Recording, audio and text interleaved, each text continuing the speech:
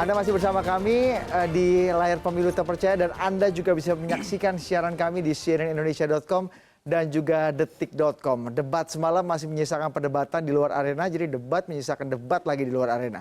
Kita tidak akan bicara mengenai kostum atau gaya bicara kedua cawapres, kacamata yang dipakai, dasi mungkin atau sarung, kita tidak akan bicara itu, tapi kita bicara mengenai isu-isu publik yang dijual para kandidat dalam debat semalam. Antara gagasan Maruf Amin dan juga jualan Sandiaga Uno, mana yang masuk di akal kita. Ya tentunya masing-masing calon atau masing-masing tim sukses merasa bahwa calon-calonnya paling masuk akal. Tapi kita akan uji itu kemasuk akalan yang akan diungkapkan oleh para kandidat atau tim sukses dua kandidat ini. Kita akan mengulasnya malam hari ini bersama Jurgen Alivia Sutarno, politikus PSI yang juga bagian dari tim kampanye nasional Jokowi Maruf Amin. Terima kasih Jurgen sudah datang. Terima kasih. Assalamualaikum. Depok ya? Depok Bekasi. Depok Bekasi berjuangnya. Kemudian ini kita impor dari Jawa Timur, ada Muhammad Khalid, politikus PKS yang juga Badan Pemenangan Nasional Prabowo Sandi. Terima kasih Mas Khalid sudah datang. Jawa Timur berapa nih? Jawa Timur 4, Jember Lumajang. Nah ini biar fair sama-sama biar ya. fair, Kalau satu cukup naik KRL, satu kereta jarak jauh. Tapi kita akan bicara mengenai hal-hal yang besar. Tapi sebelum kita masuk ke topik-topik khusus mengenai perdebatan-perdebatannya, saya mau tanya Jurgen dulu. Nilai Sandi ya sebenarnya ya. Apa yang paling tidak masuk akal dari jualan Sandiaga Uno selama 2 jam semalam tadi? Ada 3 ya kalau saya lihat. Pertama adalah gerakan 22 menit olahraga. Kedua sodakoh putih. Ketiga adalah soal menghapus UN. Oke, apa yang menurut Anda paling tidak masuk akal sehat Anda? Jadi misalnya sodakoh putih ya. Dalam perumusan kebijakan publik itu kita harus menggunakan bukti empirik, evidence ya. Kalau persoalannya stunting, maka apa intervensi yang paling tepat supaya stunting itu turun lebih cepat kan begitu. Sekarang dibungkus, dikemas, sodakoh putih itu adalah program yang partisipatif, kolaboratif itu sering digunakan kan. Sedangkan seperti apa mekanismenya, desain kebijakannya bagaimana, inputnya apa, program dan kegiatannya apa. Anda lihat base dari ide ini tidak prudent gitu maksudnya. Jadi Pak Sandi kalau kami lihat itu sering menggunakan ide-ide yang tidak koheren ya. Semacam dia tidak terintegrasi menjadi satu platform kebijakan yang utuh. Seperti misalnya UN ya. Pertanyaan Kiai Ma'ruf kan sebenarnya instrumen apa yang bisa digunakan untuk mengawasi transfer dana ke daerah untuk pendidikan. Jawabannya ya nanti kita hapus UN itu. Sesuatu yang tidak ada hubungannya dan sudah disampaikan oleh Mendikbud Muhadjir Effendi, evaluasi nasional itu wajib ada dalam undang-undang. Nanti akan kita khusus bahas mengenai UN. Satu lagi apa Jurgen yang menurut Anda tidak masuk akal tadi? Yang 22 menit tadi ya. Untuk promotif preventif, Pak Sandi menyarankan kita aktivitas fisik 22 menit. Pertanyaannya kenapa 22 menit? Ya kan? Pemerintah sudah punya Germas, Gerakan Masyarakat Hidup Sehat. Itu 3 hal. Satu, aktivitas fisik minimal 30 menit, makan sayur dan buah. Dan ketiga, cek kesehatan berkala. Kenapa 22 menit? Apa yang terus kampanyenya nanti seperti apa? Desain kebijakannya seperti apa? Itu yang menurut saya ini apa sebenarnya gimmick aja gitu loh. Yang akan dibikin oleh Pak Sandi itu. Namanya, angkanya itu menurut Anda gimmick. Nanti kalau dia 01 jadi 11 menit gitu kan. Saya mau ke Mas Khalid dulu, jawab dulu nanti sebelum Anda akan saya tanya lagi mengenai apa yang paling tidak masuk akal dari idenya Maruf Amin sebenarnya. Coba silakan dijawab. Justru saya lihat yang disampaikan sama Bang Sandi ini luar biasa saya pikir. Jadi dalam pembuatan kebijakan publik itu ada juga yang dikenal dengan moral persuasion. Ya, Bank Indonesia contoh nih ya, dalam membuat monetary policy, kebijakan moneter itu ada moral persuasion. Jadi Jurgen, kebijakan publik itu tidak harus teknokratis semua, tapi juga ada moral persuasion. Dan itu justru yang dibutuhkan oleh seorang pemimpin. Jadi contoh pokoknya, Bang Sandi mengatakan promotif dan preventif 22 menit. Apakah nggak masuk akal? Udah dijalanin kok. Dan itu menjadi gerakan aja. Tapi kan berolahraga. Kan sudah ada 30 menit makan sayur, apa bedanya dengan apa yang... Ya, 22 menit ini kan sebuah, tadi itu ajakan moral bersama, gerakan bersama. Dan ini culture yang sangat bagus untuk digerakkan. Bukan gimmick seperti kata Jurgen tadi ya? Bukan, udah dijalankan kok. Tinggal ini direplikasi kepada masyarakat. Bang Sandi sudah mencontohkannya itu. Jakarta berlari dengan macam-macam itu kan. Sehingga ini adalah bagaimana membuat masyarakat itu merasa nyaman, merasa ada sebuah energi untuk bisa menjalankan itu bersama-sama. Jadi butuh sebuah contoh. Kan ini butuh sebuah keteladanan di situ. Itu yang fungsi kemudian, kepemimpinan. Itu yang coba ditawarkan Sandi dalam itu justru debat paling semalam. masuk akal kalau hanya sekadar itu. Justru kalau yang nggak mau masuk akal. Sodaku putih tadi. Jadi gini, masalah itu untuk mengatasi stunting ya. Jadi bagaimana meningkatkan asupan gizi pada ibu yang sedang hamil, kemudian ibu yang menyusui. Dan konsep dari kebijakan publik, jangan selalu berparadigma negara bisa menyelesaikan semuanya sendiri. Oke. Itu konsep kebijakan publik yang terbaru. Jadi tidak harus state yang selalu mengurusi semuanya. Harus ada kontribusi dari private sector, ada kontribusi dari civil society, sehingga sektor government, sektor swasta, sektor masyarakat itu hand in hand, kerjasama, kolaborasi. Udah eranya udah ke sana sekarang. Arahnya sudah ke sana. Udah ada Coba ke sana. lagi-lagi, coba Kalau diingatkan semuanya oleh Bang Sandi. negara, kalau contohnya di GDP kita, negara itu kecil sekali peran kontribusinya.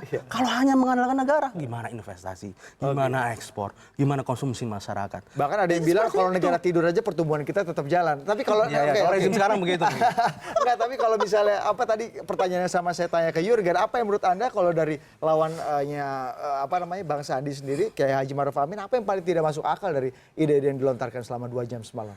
Saya seringkali mengatakan ide yang disampaikan ini kayak mungkin kartu-kartu sakti yang terbaru ya.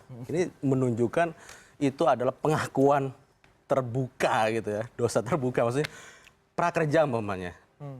Ini menunjukkan kalau bahwasanya pemerintah sudah mengakui karena gue gagal nih menciptakan lapangan kerja, gue kasih prakerja gitu. Karena begitu kan, nggak ada nilai yang match-nya gitu kan dengan prakerja itu. Gue kasih nih kartu sembako murah, berarti dia ngakui dong. Berarti harga-harga sembako itu mahal-mahal. Jadi menurut saya Pak Jokowi ini dengan kartu-kartu ini presiden petahana tapi rasanya Ini boleh masuk kan? Ini boleh masuk. Anda saya kasih kesempatan jawab. Gitu kan. 30 second sebelum kita break. Jurgen, silakan. Ya, pertama gini, saya lihat Pak Prabowo dan Pak Sandi ini punya mazhab pembangunan simsalabim gitu. Artinya selalu mencari jalan pintas untuk menyelesaikan persoalan publik yang rumit. Oke. Pengangguran, masalahnya adalah mismatch, ya kan? Kita harus link and match. Caranya bagaimana? Ya pendidikan vokasi dan pelatihan keterampilan, scaling, reskilling, upskilling, seperti itu. Jelas desainnya, ada insentif juga finansial kepada penganggur dan sebagainya. Nah, kita bandingkan dengan rumah siap kerjanya Pak Sandi misalnya. Saya belum dengar desainnya bagaimana. Yang penting rumahnya itu ada tempat main basket, tempat main pingpong, ada coworking space. Apa hubungannya? Terus nanti ada orang industri di situ terus dia akan memberikan pelatihan gitu. Bagaimana gitu. Sedangkan kalau program dari Pak Jokowi dan Pak Ma'ruf itu sudah ada yang dilakukan dengan balai latihan kerja komunitas. Ini diperbarui dengan kartu prakerja. Harus kita akui sekarang pengangguran kita rendah loh, 5,13%, ya kan? Sekarang bagaimana kita mau turunkan lagi lebih cepat dan masalahnya yang harus segera di-tackle mismatch tadi. Kalau rumah siap kerja bagaimana? Outcome-nya seperti apa? Ya harus lebih cepat juga, kita harus lebih cepat breaknya supaya kita lagi masuk ke isu-isu penting yang akan kita bahas. Kami akan segera kembali bersama 2 orang politikus muda ini. Usai jeda, tetap bersama.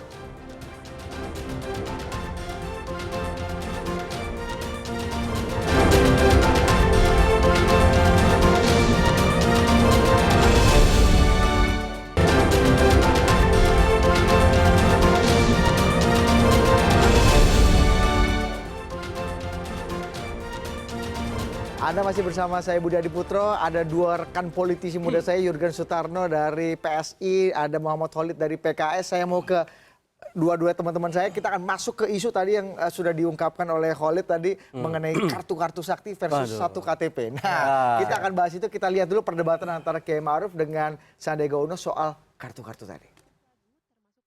Kami akan mengeluarkan 3 kartu. Kartu kuliah, kartu sembako murah, kartu prakerja. Ini kartu yang akan kami keluarkan itu. Untuk apa kartu ini? Supaya anak-anak miskin bisa kuliah. Supaya ibu-ibu bisa berbelanja dengan murah. Supaya mudah untuk mendapatkan kerja. untuk semua layanan daripada pemerintah, kita tidak ingin merepotkan dan membebani negara dengan menerbitkan kartu-kartu yang lain. Mari kita ambil dompet kita masing-masing.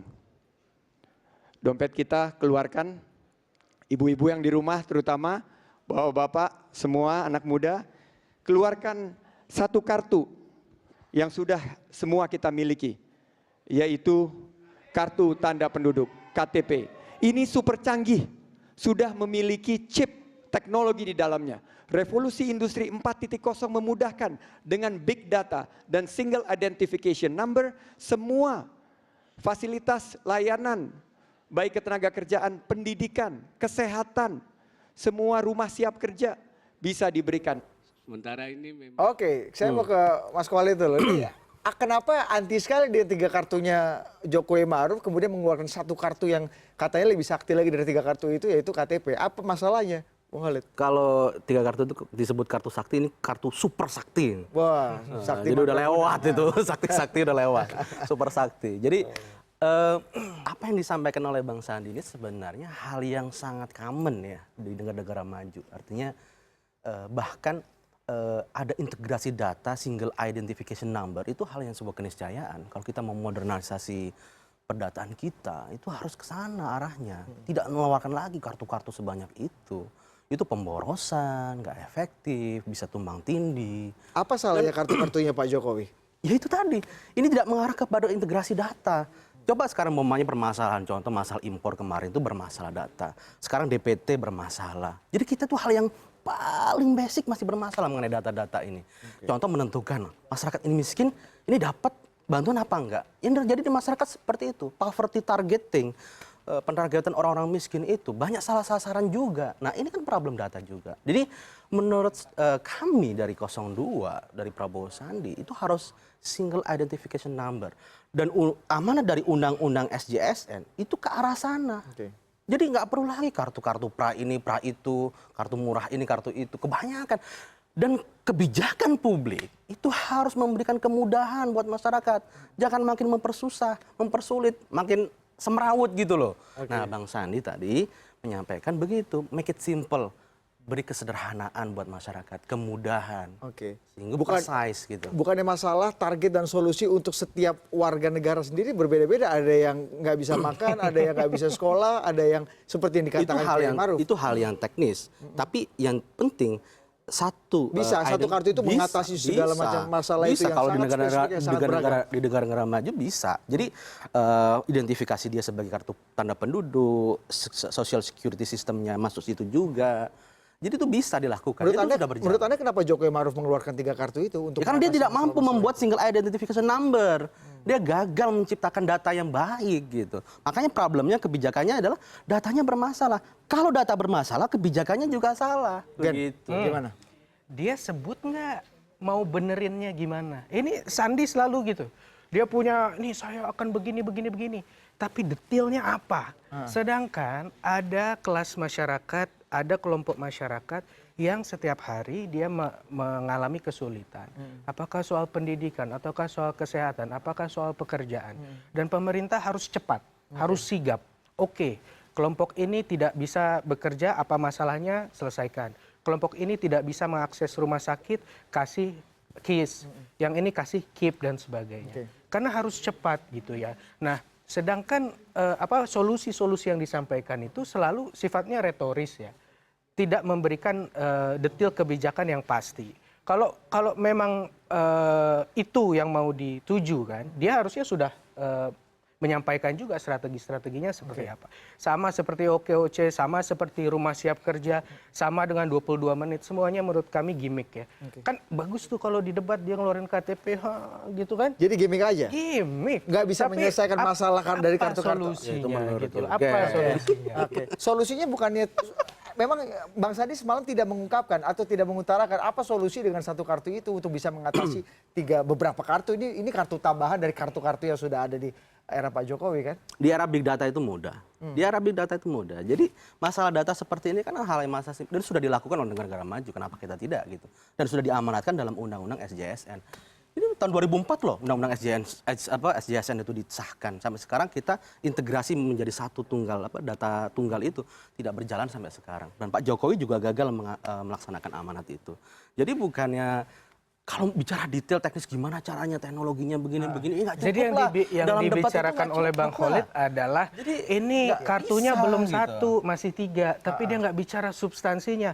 Berapa juta masyarakat yang terangkat hidupnya karena KIS, karena KIP, karena nanti kartu prakerja, sehingga kita selalu bicaranya jargon. Oh, mestinya harusnya kartunya 1 dulu, baru kebijakannya ada. Kalau kartunya single identification number itu yang masalahnya dari periode ke periode, by the way, di mana PKS ada di era Pak SBY dulu dan belum selesai juga, kita nggak bisa menunggu gitu loh. Sedangkan masyarakat setiap hari harus menghadapi Karena itu kesulitan. Jadi sebenarnya kasih kesempatan 02 untuk menyelesaikan. Nggak, jadi itu sebenarnya masalahnya. Kalau ada detailnya, Oke. masalahnya kebijakan-kebijakan mereka ya saya sebut tadi gimmick-gimmick. Seperti tadi kata Khalid, saya menyitir saja apa yang dia katakan. Yang pertama ini merepotkan masyarakat. Yang kedua sebenarnya ini menunjukkan kartu sembako. Misalnya Apa tadi kata repot? Anda ini masalah sembako Itu masih juga mahal. project juga Masalah jadinya kan. Prakerja berarti masalah pengangguran. Coba bayangkan, Teknisnya di coba lapangan, bayangkan. Sebentar, teknisnya biarkan. di lapangan itu keluarga yang sudah punya KKS, kartu keluarga sejahtera. Biasanya dia juga punya untuk PKH itu kan. Dia punya untuk KIS, dia punya KIP. Itu sudah ada datanya di Kementerian Sosial kerjasama dengan Kemendagri. Nggak ada yang susah. Ini mau di frame seakan-akan mestinya 1 kartu. Nggak merepotkan menurut Anda ya dengan Enggak. kartu-kartu ini seperti Kalau kata orang mereka Bang Sandi terangkat, Khalid. kenapa enggak? Oke. Kalau keluarganya kayak saat pidato Sentul, Pak Jokowi ngajak salah satu penerima PKH yang sudah lulus dari PKH. Kalau dia sudah lulus, kan kartunya udah nggak berlaku. Dia udah bukan keluarga rentan miskin, dia bukan keluarga miskin lagi. Justru malah spesifik kartu itu untuk Iya. orang-orang yang spesifik Anda juga. silakan dapat KIP. Oh, udah lulus ya sudah. Apa bahayanya jika idenya Bang Sandi ini diterapkan? Saya dengan nggak hanya melihat satu kartu? ada bahaya sebagai satu ide Dia kan setuju lah, pasti sebagai Harus setuju, amanat sebagai undang-undang. satu ide ya sebagai satu ide kan itu bagus. Yang kita tidak dengar adalah how to reach there. Bagaimana merealisasikan itu. Selalu gimmick aja kan. Kalau secara substansi nggak kuat kan Anda pakai gimmick lah. Unconditional cash transfer seperti ini Anda setuju dengan bantuan yang spesifik untuk orang, untuk bantuannya yang sangat spesifik yang membedakan satu kartu dengan kartu lain atau bantuan satu dengan bantuan lain dengan kartu-kartu yang macam-macam juga gitu. Nggak, itu justru setiap satu kartu itu butuh biaya, pemborosan juga. Itu bayangkan. Itu kalau main kartu prakerja sendiri, kartu sembako murah sendiri. Ada berapa kartu itu? PKH, terus ada kartu apa lagi? Banyak kartu. Itu berapa biaya yang dikeluarkan? Itu sangat pemborosan. Itu yang pertama. Terus yang kedua, kalau masalah bagaimana mencapainya? Pertama ya harus dibuat single identity number itu, Yugen. Itu harus keperbikan harus clear di sana. Tapi saya rasa semua pemerintahan menuju ke sana. Terus yang kedua, makanya itu yang belum dilakukan. Harus satu number aja. Prosesnya Kalau sudah tadi berjalan. kalau tadi dikatakan juga kebutuhan akan orang sekolah, kebutuhan Enggak, setiap faktanya nggak terjadi. Setiap Faktanya pemerintahan mistargeting. itu ada. Faktanya mistargeting. Oke. Jadi banyak juga terjadi contoh orang-orang yang nggak miskin justru mendapatkan, dan itu terjadi. Jadi salah sasaran berarti Ya, salah dengan sasaran. kartu-kartu ini. Iya. Bos, Faktanya seperti itu. Itu Jadi kalau ada kasus-kasus kalau seperti dia itu, mempunyai apakah single di era identity number, Pak SBY atau di era terintegrasi. Pak Jokowi, kalau Bisa, ada bisa kasus-kasus diidentifikasi seperti itu. mau single identification number atau dengan kartu yang sekarang, kalau penyelenggaranya di bawah ada ketidakjujuran pasti tetap terjadi. Nggak melulu Salah ini- sasaran berarti, bukan masalah Kalaupun kartu. ada, Kalau kalaupun ada. pemborosan secara produksi misalnya seperti iya. yang dikatakan. Itu jalan jawab itu pemborosan. Enggak, menurut saya berapa kita- juta kita- kartu kita setuju dicetak itu. bahwa single identification number itu kan amanat undang-undang. Kita setuju di situ, ya kan? Dan setiap pemerintahan, apakah di era Pak SBY, di era Pak Jokowi, kita berusaha menyempurnakan sistem, ya kan, agar bisa single identification number.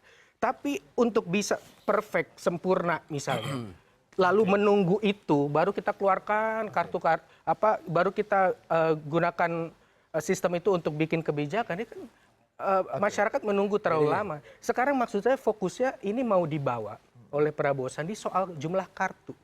Tidak bicara penerima manfaat. PKH itu 10 juta keluarga penerima manfaat. KIP, KIS, KIS itu sudah 98 juta orang dibiayai gratis oleh negara pakai APBN. KIP, Itu, KIS, makanya KIP, itu orang-orangnya gimana? Irisan sama atau jumlahnya gimana? Kan beda-beda itunya. Lah iya, kalau dia sudah punya KKS. Nah, itu karena beda-beda. Loh, enggak, bukan. Kalau Jadi gini. keluarga dia sudah punya KKS, ya kan? Dia akan punya PKH. Iya. Dia PKH akan penerima manfaatnya berapa? KIP berapa? Enggak, masalahnya apakah dengan satu kartu bisa menjawab Kis berapa? permasalahan ini juga? Beda-beda, Oh, Gen. PKH deh. Begini, kan ini soal anggaran juga, Bang. Enggak. Ini soal anggaran. Penerima jumlah PKH, penerima jumlah KIP, penerima jumlah KIS masih ada perbedaan karena juga kebutuhan anggaran yang dibutuhkan kan. Sekarang Pak Jokowi mau menaikkan 20 juta penerima manfaat PKH. Kenapa nggak kemarin-kemarin 20 juta? Kenapa baru sekarang? Ya karena anggarannya baru ada untuk tahun depan, tahun ini dan tahun depan. Bukan karena gitu mau loh. pemilu, Dan. Nah inilah apa-apa dibilang mau pemilu gitu kan. Terakhir Kita sebelum berbuat kita- baik oke. untuk rakyat dibilang Ya, pemilu. terakhir sebelum kita pindah ke topik lain soal Ya, pendidikan. karena dibilang kemiskinan turun tapi PKH-nya naik. Ini kan apa namanya paradoks juga, Gen. Oke. Emang berapa kemiskinan?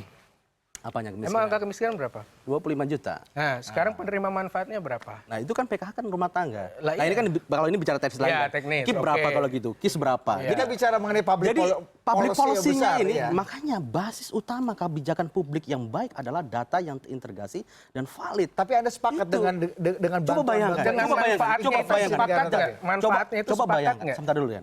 Coba bayangkan di saat amanat undang-undang untuk melakukan integrasi data tunggal menjadi tunggal, tapi justru yang terjadi adalah kita memperbanyak kartu. Jadi awalnya harusnya konvergensi, malah dia divergensi. Memperbanyak itu pemborosan. Lo belum bisa jawab tadi pemborosan yang dilakukan dengan mencetak banyak kartu itu. Itu bisa jadi proyek Enggak, ini sendiri tuh, Gen. kebijakan yang Lalu harus jawabnya segera. berapa itu Itu pemborosannya kebijakan itu? yang harus segera menurut saya dan Efektif itu nggak? tidak bisa menunggu. Nggak, Efektif nggak kebijakan? Kebijakannya Ya, efisien nggak? Efisien nggak? Lo dengan efisiensi momennya? kita bisa bicara, tapi efektivitas jelas sampai ke orangnya, Nah, ke yang harus- PKH, yang- jelas sampai ke yang- kalau beliau ini nunggu sistemnya jadi, Loh, enggak, baru bukan dia nunggu. bergerak Bukan gitu loh. nunggu. Kita harus telat gitu. Pas Gimana? setengah tahun lo nggak mulai gitu integrasi data. Oke. Wah ini, Nah, ini nggak bisa prosesnya nih. sudah berlangsung. Saya tadi Jadi bilang di era Pak SBY, di era Pak Jokowi, Baik. penyempurnaan Nggak, itu artinya terus begini. berlangsung. Baik, yang harus- gitu loh. Artinya Pak Jokowi udah dikasih kesempatan untuk menuju integrasi data tidak dilakukan. Yang harus Tapi justru diintegrasikan juga. pemborosan dengan mencetak banyak kartu. Nah, pemborosan Itu juga, faktanya. Bang, pemborosan juga yang penting adalah jangan sampai kita ada pemborosan waktu kita karena kita harus kembali usaha kita. Oke.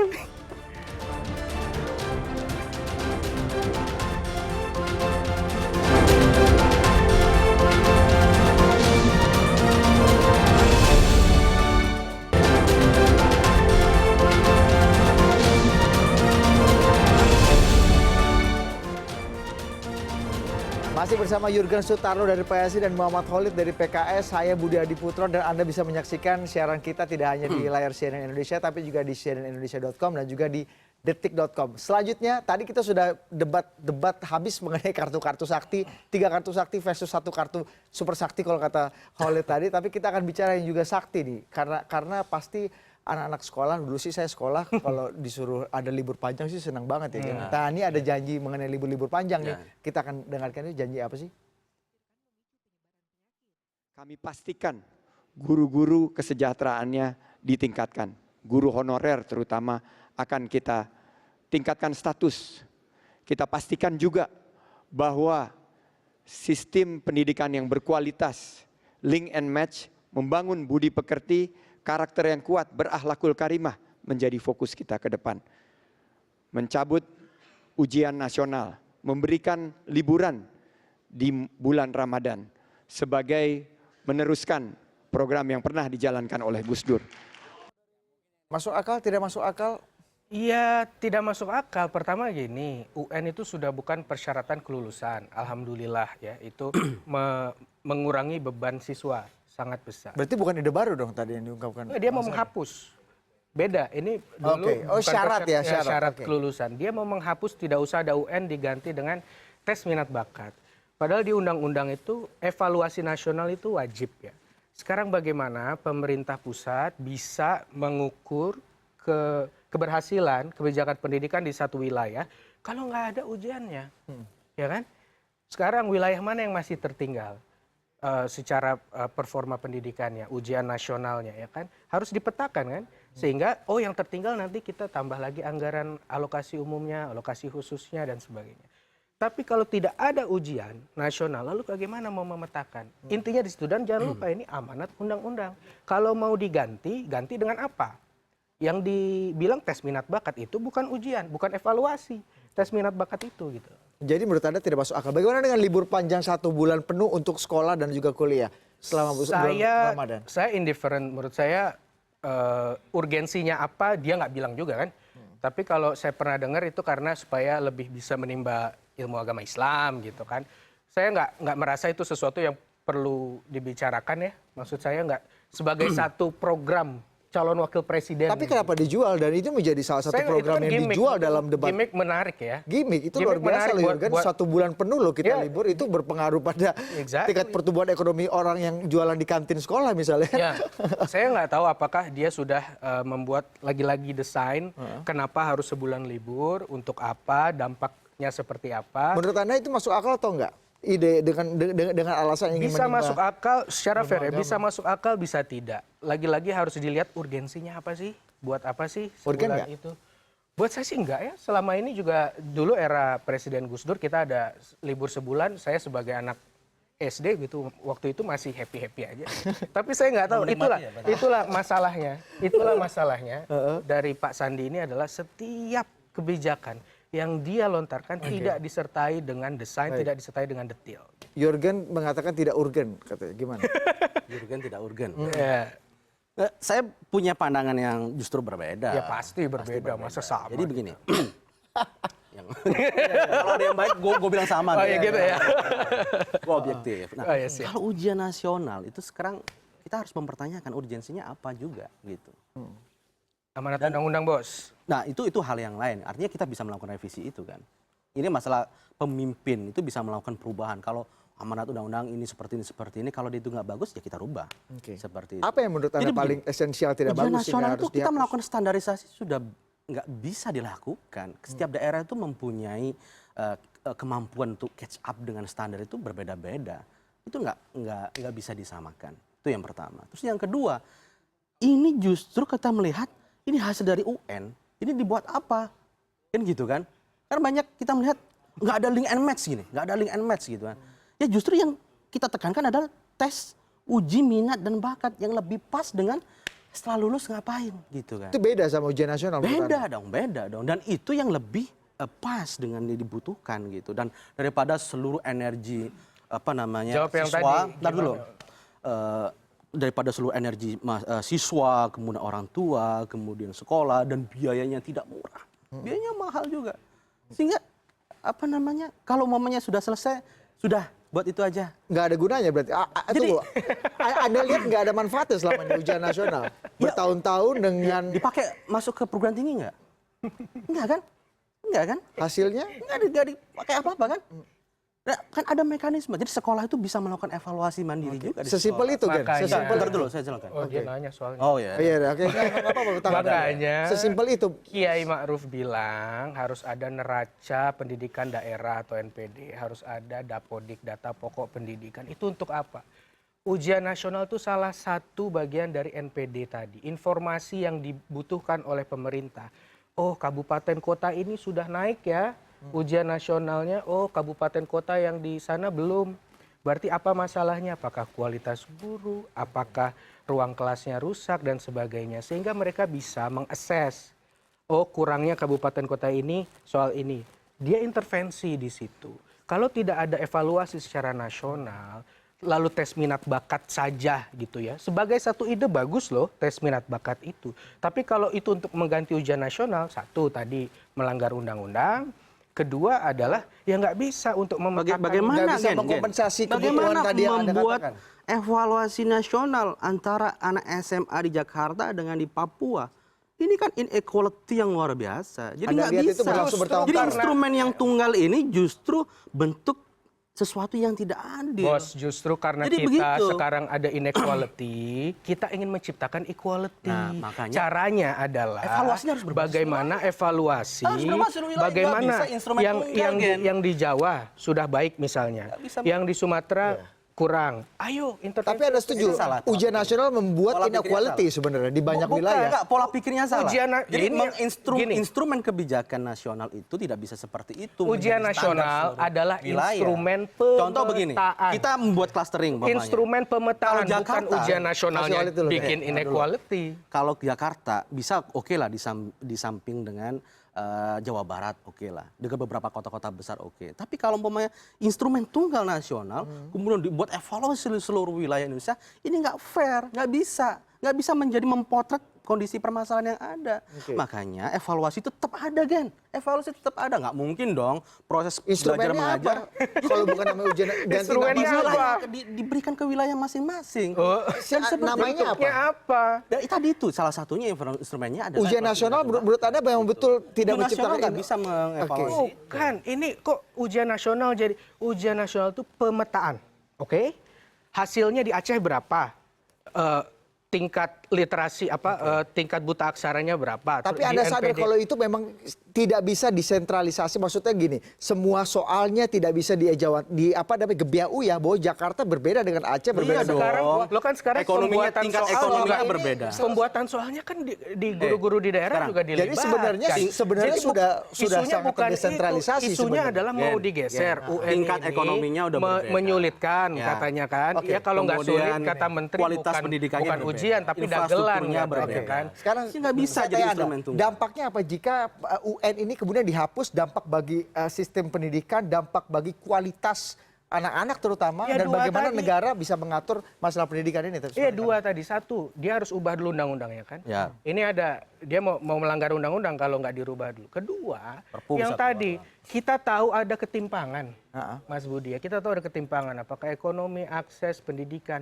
Kita mau menutup ketimpangan itu. Sekarang misalnya ketimpangan pendidikan, ujian kompetensi guru di Jawa lebih tinggi tentu daripada di Sumatera, daripada Sulawesi, di Papua, ya kan.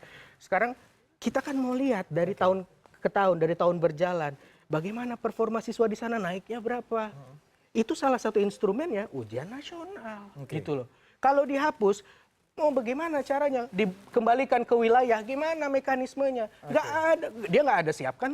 Nggak ada. Ini Ada kan, nggak? ini Ada kan nggak kata Bang Holid. Nggak, Bang Sandi nggak bilang ada nanti kita kasih ke wilayah. Mungkin Nggak, dia terbatas bilang. waktunya didebatkan juga.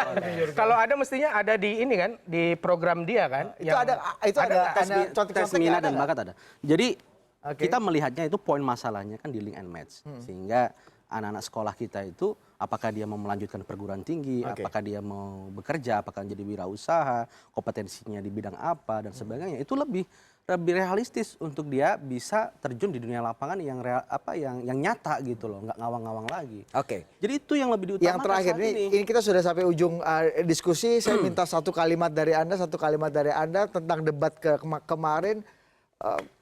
Apa manfaatnya buat publik? Apa saran Anda kepada publik sebenarnya dalam melihat perdebatan semalam tadi? Saya kira perdebatan semalam itu apa yang disampaikan justru lebih real ya, lebih real dan masyarakat bisa lebih membaca. Contoh umpamanya UN dihapuskan, orang tua, anak-anak, guru dan sebagainya, mereka bisa menyambut itu dengan sangat gembira gitu. Kemudian bagaimana kolaborasi ekonomi bisa menciptakan lapangan pekerjaan dengan program UMKM, dengan program rumah siap kerja. Artinya ada program yang nyata yang disampaikan gitu. Karena itu dalam kehidupan sehari-hari, pendidikan, kesehatan dan yang lebih penting lagi dalam debat kemarin Pak Sandi sudah memberikan komitmen ke pemimpinannya. Contoh umpamanya akan selesaikan dalam waktu 200 hari masalah keuangan BPJS. Itu tidak muncul dari 01. Sekarang 4,5 tahun masalah keuangan BPJS terus berlangsung gitu. Dan itu dijadi jaminan oleh Jadi sudah dicontohkan dan akan ada kebijakan-kebijakan yang lebih detail yang tadi sempat dilakukan oleh Jurgen gitu ya. Jurgen terakhir 1 menit dari Anda. Kami gembira melihat performa Kiai Ma'ruf Amin kemarin dalam debat Cawapres. Beliau begitu elegan, artikulatif, menyampaikan inti persoalan dari 4 tema debat dan memberikan solusi-solusi yang terukur ya. Alhamdulillah dan kami mengimbau kepada masyarakat sudah jelas ya pasangan yang memberikan program kerja yang nyata, yang terukur, yang nggak ngawang-ngawang, pakai bukti empirik gitu. Sehingga menurut saya kemarin adalah bagian dari pembelajaran kita juga dalam berdemokrasi. Harapannya ke depannya masih ada debat lagi kan.